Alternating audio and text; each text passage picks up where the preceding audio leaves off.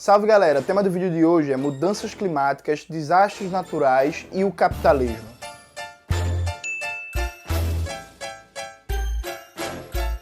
Antes de começar propriamente o tema do vídeo do canal, quero muito agradecer a você que ajuda a manter e melhorar nosso canal a partir do Apoia-se. Seu apoio é fundamental para a gente continuar esse trabalho. Além disso, eu quero falar outra coisa. Como vocês bem sabem, eu sou pré-candidato ao governo de Pernambuco pelo PCB. Foi aberto pelo TSE o período para doação individual de campanha. Você pode doar para nossa campanha aqui em Pernambuco, você do Brasil inteiro, a partir do site Quero Apoiar. Então, se você puder também contribuir nessa campanha comunista, radical e popular em Pernambuco, eu vou ficar muito feliz. Note, o tema do vídeo de hoje, mudanças climáticas, desastres naturais e capitalismo, está diretamente relacionado com o que aconteceu em Pernambuco nesses últimos dias.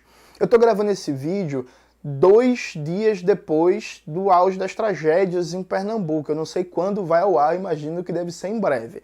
E eu quero colocar algumas questões para vocês, para a gente pensar juntos, refletir coletivamente. Note, quando acontece algo como aconteceu em Pernambuco, mais de 100 mortos nesse momento que eu gravo o vídeo, a imprensa cria uma narrativa e os políticos burgueses também que foi uma tragédia natural. Ah, choveu acima do esperado. Ah, é um vento, uma ventania, um furacão que ninguém nunca viu. Ah, é um terremoto acima do esperado.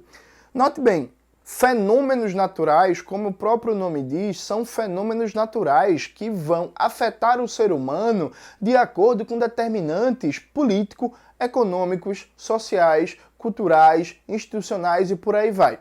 Então a primeira coisa, o volume de chuvas que aconteceu em Recife não causou uma tragédia para todo mundo, o que aconteceu em Recife e em Pernambuco. Não causou uma tragédia para todo mundo. Eu não conheço nenhuma notícia de desabamento na Zona Norte. A Zona Norte é a Zona Rica, né?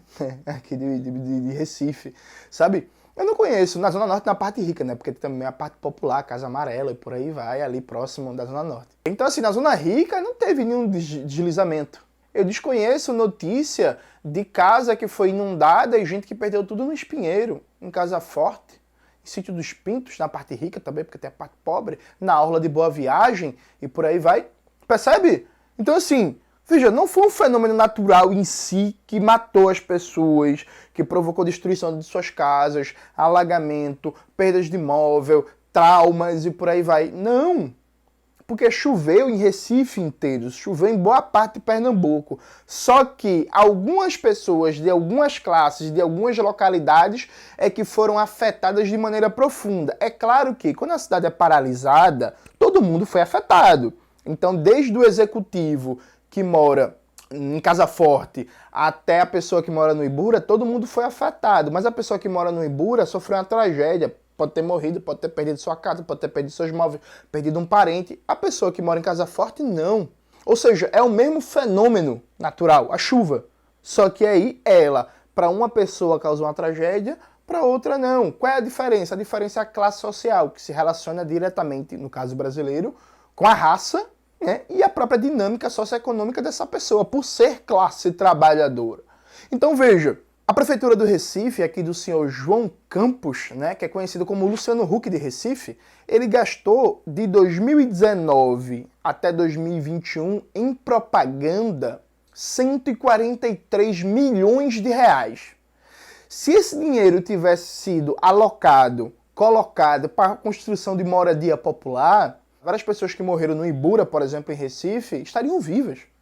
Várias pessoas que perderam tudo não teriam perdido, porque teriam uma casa segura, no local seguro, com uma boa estrutura. Mas teve uma decisão governamental de usar 143 milhões do orçamento da prefeitura, que é mais ou menos 6 bilhões ao ano, para fazer propaganda e não construir moradia popular. Assim como aqui o governo de Pernambuco, do PSB, ele não tem política de moradia popular, ele não tem política de reforma urbana. Então acho que é a primeira coisa. A gente não pode pensar um fenômeno abstrato com a chuva. Ah, é o terremoto, ah, é a ventania, ah, é o granizo, ah, é a chuva.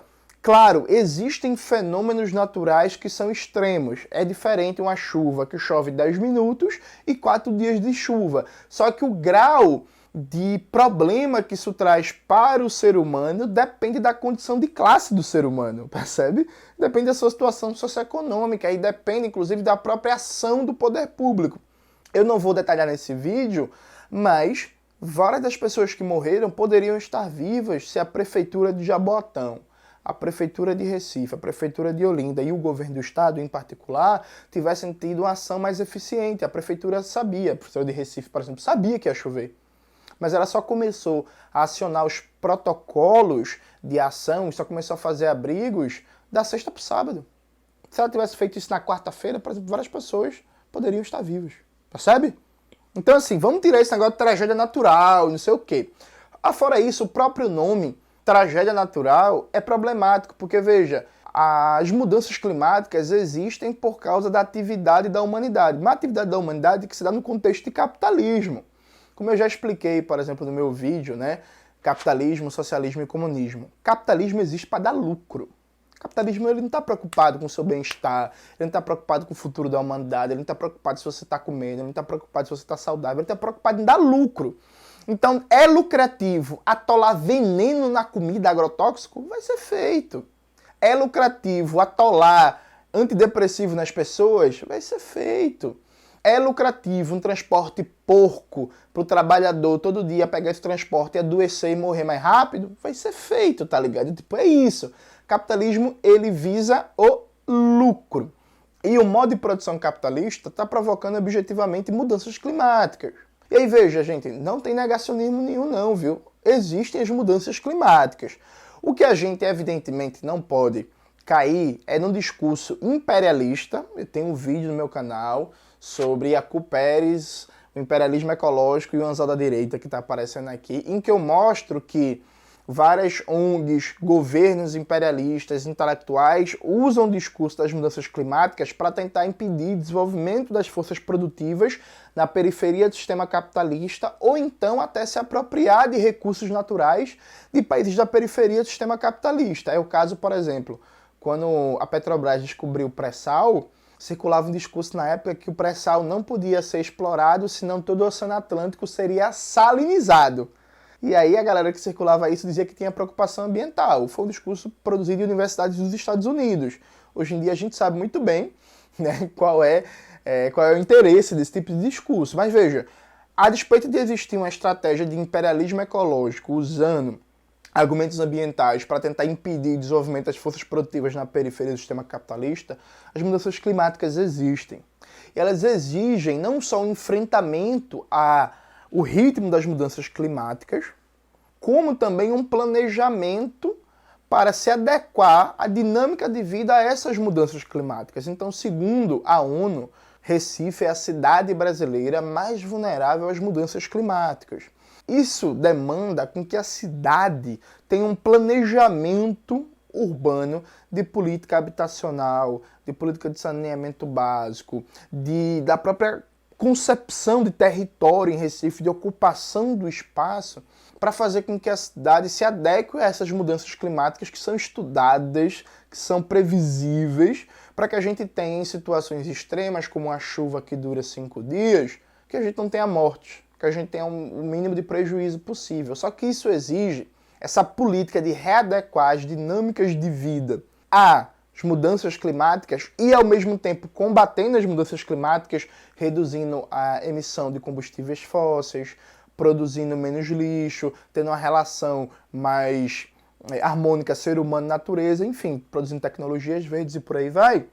Isso exige uma outra forma de conduzir a política e a vida. Porque, note, hoje em dia está fora de moda, mas o nosso amigo Engels, ele dizia que o socialismo é uma economia planejada contra a anarquia de mercado. Isso era uma metáfora muito comum que se usava na época da Segunda Internacional, muito influenciada por discursos e debates de Engels, né?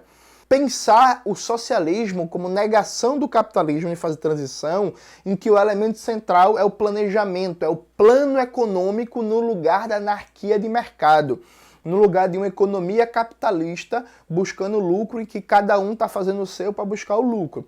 É um tipo de linguagem política que o Eugene Pachucanes, né, famoso jurista soviético, também usava bastante. Bicho, só dá pra gente pensar radicalmente a transformação dos nossos modos de vida para se adequar às mudanças climáticas e, ao mesmo tempo, combater as mudanças climáticas com uma economia, uma política, uma dinâmica institucional baseada no planejamento e não no lucro. Percebe? Eu vou dar 2 exemplos bem rápidos para vocês entenderem. A reforma urbana ela é uma pauta central. A gente precisa mudar a dinâmica de ocupação das grandes metrópoles, como é o caso de Recife. A gente precisa de saneamento básico. Recife está entre as 20 piores cidades com saneamento básico no Brasil. Só 30% da população aqui tem acesso ao saneamento básico. A gente precisa de política de moradia popular. Recife tem um déficit de moradia de mais de 30 mil casas. A gente precisa, por exemplo, aproximar os locais de trabalho, de moradia, os locais em que concentram os equipamentos públicos dos locais de moradia, especialmente da periferia. A gente precisa fazer com que a periferia deixe de ser periferia. Tudo isso é necessário. Agora, é necessário também pensar para além da pauta de reforma urbana, pensar uma nova dinâmica de ocupação de territórios a partir de uma outra estratégia de desenvolvimento das forças produtivas. O que é que significa isso em bom português? Criação de novas cidades. A gente precisa descentralizar a ocupação do território. Então, por exemplo, você está aqui em Recife, você pega um carro, você vai para o Cabo Santo Agostinho, você vai para Abreu Lima, você vai para Camaragibe, você vai para qualquer lugar desse, você vai ver grandes, gigantescas porções de terra que simplesmente não estão ocupados. São pasto para vaca ou simplesmente são terras cercadas, esperando alguma valorização para ir um proprietário vender. Percebe? Por quê? Porque a gente não constrói, por exemplo, um novo bairro para 300 mil pessoas em um grande território não ocupado por pessoas, por uso produtivo, entre Recife e o Cabo de Santo Agostinho. Você desloca as pessoas, você procura a dinâmica de ocupação urbana que descentralize, que faça com que, ao invés das pessoas estarem todas morando num espaço super ocupado, densamente povoado, você cria uma nova cidade, e aí, veja, criar uma cidade de verdade, com equipamentos públicos, com dinâmica de trabalho, com acesso à cultura, com transporte, com e realoca o processo de ocupação do espaço urbano de maneira planejada. Por que não fazer isso? A China... Muita gente fala assim, as cidades fantasmas da China. Na verdade, a China estava fazendo, e veja, nem estou dizendo que o modelo chinês é o ideal, mas veja, o que a China estava fazendo era cidades planejadas. Tem uma região aqui que é densamente povoada, uma concentração muito grande de fatores econômicos, de equipamentos públicos, de equipamentos coletivos. A gente quer descentralizar isso, então vamos construir uma nova cidade aqui. Vamos fazer um processo planejado de realocação de pessoas, de fatores econômicos, de serviços públicos para mudar. E aí tudo isso, claro, dentro de um planejamento, de que, por exemplo, não vai ter congestionamento, vai ser mais difícil de alagar, vai ter maior proteção se, por exemplo, a área for sujeita a ventanias, a tufões, sei lá, sabe? Só que, bicho, não dá para fazer isso no capitalismo, não dá para fazer até as últimas consequências, por um motivo bem simples e objetivo. Qual é uma das lógicas do capitalismo? O capital tende à concentração. Então, quando você tem uma grande cidade em que você tem um polo de produção econômica, uma clínica privada vai querer estar nessa cidade, não vai querer estar na cidadezinha de 10 mil habitantes. O médico, que vai querer ganhar um salário de 40 mil, 30 mil, 20 mil, vai querer estar nessa grande cidade, porque tem mais serviços, tem mais acesso. As empresas também vão querer estar lá. Ou seja, o capitalismo ele tende a uma concentração espacial. O capitalismo ele é irracional por si só. Por quê? Ele tende a essa concentração espacial e ele faz com que cada vez mais o preço da mercadoria, território, tenda a se valorizar cada vez mais, e quanto mais valorizado é o preço da mercadoria, território, mais ele é útil para a própria valorização do capital dos proprietários. Ou seja, é uma lógica que vai se retroalimentando, velho. Quanto mais concentra fatores econômicos, quanto mais concentra a população, quanto mais concentra serviços, mais concentra serviços públicos. Porque, por exemplo, a USP é uma grande universidade, nunca existiria uma universidade como a USP no Acre, com todo respeito ao Acre, tá? Não estou atacando o Acre, não. É porque, assim, São Paulo é o centro industrial econômico do Brasil. Então, até a própria dinâmica de produção de equipamentos públicos, no caso da USP, ela é estadual, a Unicamp é federal, sabe?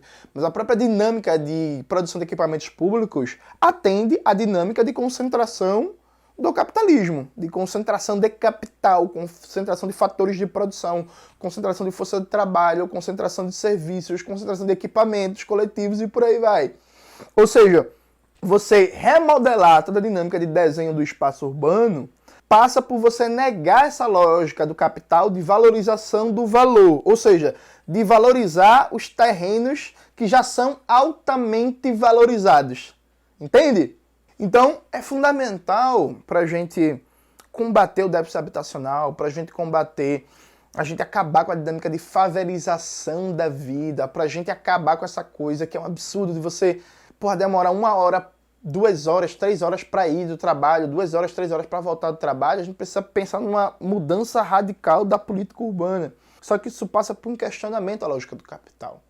É claro que hoje, já no capitalismo, a partir de políticas públicas, é possível mitigar, enfrentar a lógica do capital. Aqui em Recife, eu estou citando Recife como exemplo, né? Enfim, na época da prefeitura de João Paulo, Recife passou praticamente 8 anos sem ter nenhuma morte em tempo de chuva.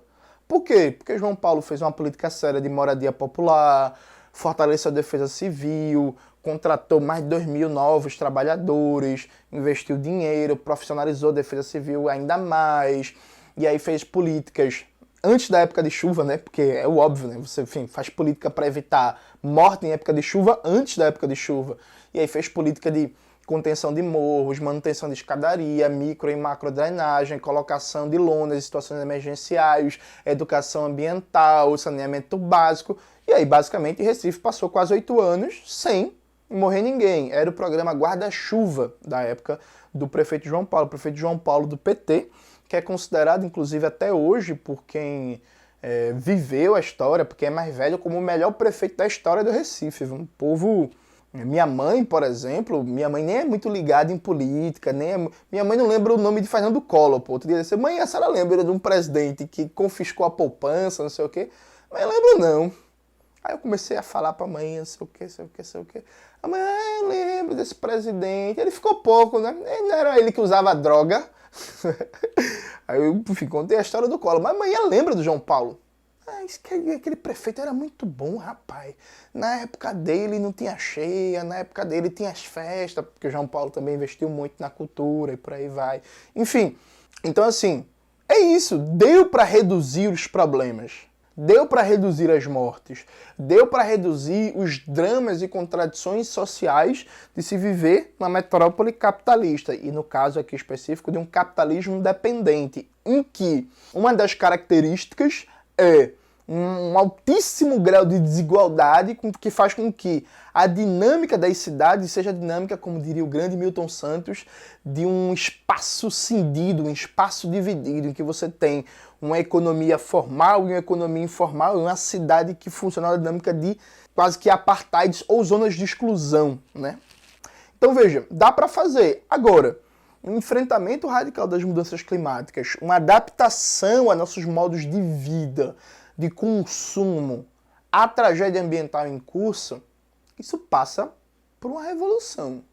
Isso passa pelo planejamento econômico. Isso passa por organizar a economia a partir do interesse coletivo e não do lucro. E veja, isso não é ecossocialismo, isso é um debate de ecologia marxista, viu, gente? Tem ecossocialistas que fazem esse debate, mas isso assim, não é porque está falando de mudanças climáticas que é ecossocialismo, com todo respeito aos ecossocialistas. Isso é ecologia marxista. Isso é o debate que é tocado há muito tempo, por exemplo, marxistas cubanos, marxistas venezuelanos, que é tocado na Burkina Faso, que é tocado na China, e aí você pode ter crítica, discordância, mas é tocado do jeito deles, no Vietnã, e por aí vai.